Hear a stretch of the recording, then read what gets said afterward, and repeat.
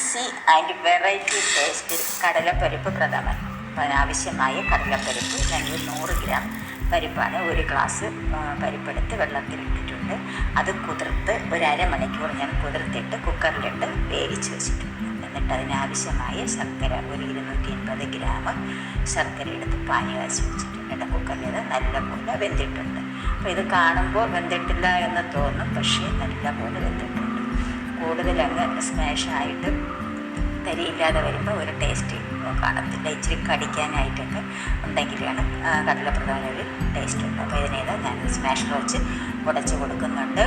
കൂടുതൽ സ്മാഷ് ചെയ്തിട്ടില്ല, ഇടയ്ക്ക് കടിക്കാൻ പാകത്തിന് ഞാൻ സ്മാഷ് ചെയ്തിട്ടുണ്ട്. അപ്പോൾ ഇനി ആ ശർക്കര പാനി വെച്ചതിന് അതായത് അരിച്ചതിൽ ചേർത്തിട്ടുണ്ട്. കറുത്ത ശർക്കരയാണ് ഞാൻ എടുത്തിട്ടുള്ളത്. അപ്പോൾ കറുത്ത ശർക്കരയാണ് പ്രഥമന് നല്ല ഒരു കളർ കൊടുക്കുന്നത്. കറുത്ത ശർക്കരയാണ്, വെളുത്ത ശർക്കരയാണെങ്കിൽ കുഴപ്പമൊന്നുമില്ല. അപ്പോൾ ഇതിനെ നല്ലപോലെ വരട്ടിയിട്ട് ഞാൻ 1 ടേബിൾ സ്പൂൺ നെയ്യ് ഇതിൽ കൊടുത്ത് വരട്ടുന്നുണ്ട്. അപ്പോൾ ഇതേപോലെ വേവിച്ച് ശർക്കരയൊക്കെ ചേർത്ത് നെയ്യൊക്കെ ചേർത്ത് വരട്ടി വെച്ചിരുന്ന ഒരു സിപ്പിലോക്ക് കവറിൽ തണുത്തതിന് ശേഷം ഫ്രിഡ്ജിൽ വെച്ച് കഴിഞ്ഞാൽ നമുക്ക് ആവശ്യത്തിന് തീർന്നെടുത്ത് തേങ്ങാപ്പാൽ ഒഴിച്ച് പശുപാൽ ഒഴിച്ച് നമുക്ക് പെട്ടെന്ന് ഉണ്ടാക്കാൻ സാധിക്കും. അപ്പോൾ ഞാനിവിടെ ചേർത്ത് കൊടുക്കുന്നത് പശുപാലാണ്. 1 ലിറ്റർ പാലോളം ഞാൻ എടുത്തിട്ടുണ്ട്. ഇതിന് കുറച്ച് ഇച്ചിരിയായിട്ടാണ് ഞാൻ ചേർത്ത് കൊടുക്കുന്നത്. എല്ലാം ഒറ്റ തവണയായിട്ട് ഒഴിച്ച് കൊടുക്കുന്നില്ല. കാരണം ഞാൻ കൂടുതൽ ലൂസാക്കി എടുക്കാതെ ഒരു സെമി ഗ്രേവിയിലാണ് ഇത്തിരി കട്ടിയോടുകൂടിയാണ് എടുക്കുന്നത്. അപ്പോൾ കൂടുതലിന് വെന്തങ്ങടഞ്ഞ് ഭയങ്കരമായിട്ട് സ്മാഷാക്കി എടുക്കുന്നുണ്ട്. അപ്പം ഞാനിത് തവണയായിട്ട് 2-3 പ്രാവശ്യമായിട്ട് പാലിങ്ങനെ ഒഴിച്ച് കൊടുത്ത് നല്ലപോലെ വരട്ടി എടുത്ത് പാകത്തിന് എടുക്കുന്നു. അപ്പോൾ ഈ പശുപാൽ നല്ല ടേസ്റ്റാണ്. ഈ തേങ്ങാപ്പാലൊക്കെ പിഴിഞ്ഞ് മൽപ്പിടുത്തം കാണിക്കാതെ പെട്ടെന്ന് ഇച്ചിരി ഉണ്ടാക്കണമെങ്കിൽ പശുപാലൊക്കെ ചേർത്ത് നല്ലപോലെ ഉണ്ടാക്കാം. ടേസ്റ്റിനൊന്നും ഒരു കുഴപ്പമില്ല.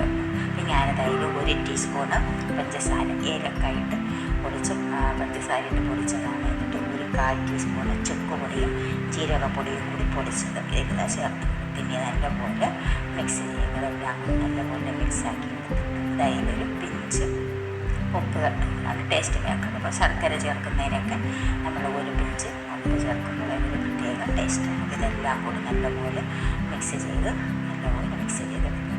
പിന്നെ നമ്മൾ അടുത്ത് ഒരു ചീനച്ചട്ടി വെച്ചിട്ട് അതിന് കുറച്ച് നെയ്യാണ്. ഇത് വീട്ടിലുണ്ടാക്കിയ നെയ്യാണ്, പാൽപ്പാടയിൽ നിന്ന് നെയ്യ് ഉണ്ടാക്കിയെടുത്തതാണ്. അപ്പോൾ ഇതിൽ ഞാനിതാ ഒരു ടീസ്പൂണ് കാഷ്യൂ നട്ട് ഇട്ടിട്ടുണ്ട്. അത് കഴിഞ്ഞിട്ട് ഇതിൻ്റെ കൂടെ ഇതൊന്ന് ലൈറ്റായിട്ട് മൂത്ത് വരുമ്പോൾ 1 ടീസ്പൂണ് മുന്തിരിയും കൂടി ഇട്ട് നല്ലപോലെ ഒന്ന് ലഭിച്ചെടുക്കണം.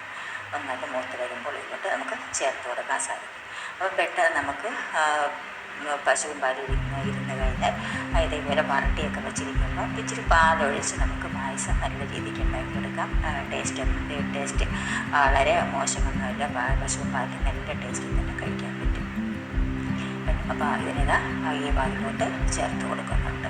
അപ്പോൾ എല്ലാം പാകത്തിന് വെന്ത് 1 ലിറ്ററോളം പാല് ഞാൻ തവണയായിട്ട് ചേർത്താണ് കുറയ്ക്ക് ആവശ്യത്തിന് കട്ടിക്ക് എടുത്തിട്ട് ഞാനിതാ ഇതിലോട്ട് കാഷ്യൂ നട്ടും മുന്തിരിയൊക്കെ ചേർത്ത് കൊടുത്ത് വരട്ടിയിൽ ചേർത്തിട്ടുണ്ട്.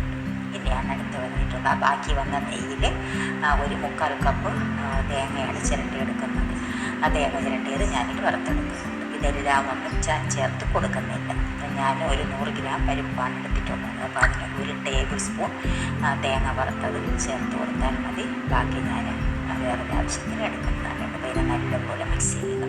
അപ്പം ഇതാണ് ഇതിൻ്റെ ടേസ്റ്റ്. അപ്പം ഇതെന്ന് പറയുന്നത് ഒരു 1/2 കിലോ പരിപ്പിന് കടലപ്പരിപ്പിന് 1/2 മുറി തേങ്ങ, 1 കിലോ പരിപ്പിന് 1 തേങ്ങ മതിയാകും കേട്ടോ. കൂടുതൽ തേങ്ങ ചേർത്താൽ കടലപ്പരിപ്പിൻ്റെ ടേസ്റ്റ് ആയിരിക്കില്ല വരുന്നത്, പിന്നെ തേങ്ങയുടേതായിരിക്കും. ഇപ്പോൾ ഇത് നല്ല പാകമല്ല സെറ്റായിട്ടുണ്ട്. ഇത് ഉണ്ടാക്കി വെച്ചിട്ട് ഒരിച്ചിരി നേരം അത് തണുത്ത് ആ തേങ്ങയും ശർക്കരയും കൂടിയൊക്കെ ഒന്ന് മിക്സ് ആയതിനു ശേഷം വേണം കഴിക്കാൻ കേട്ടോ. God bless you. Thank you for watching.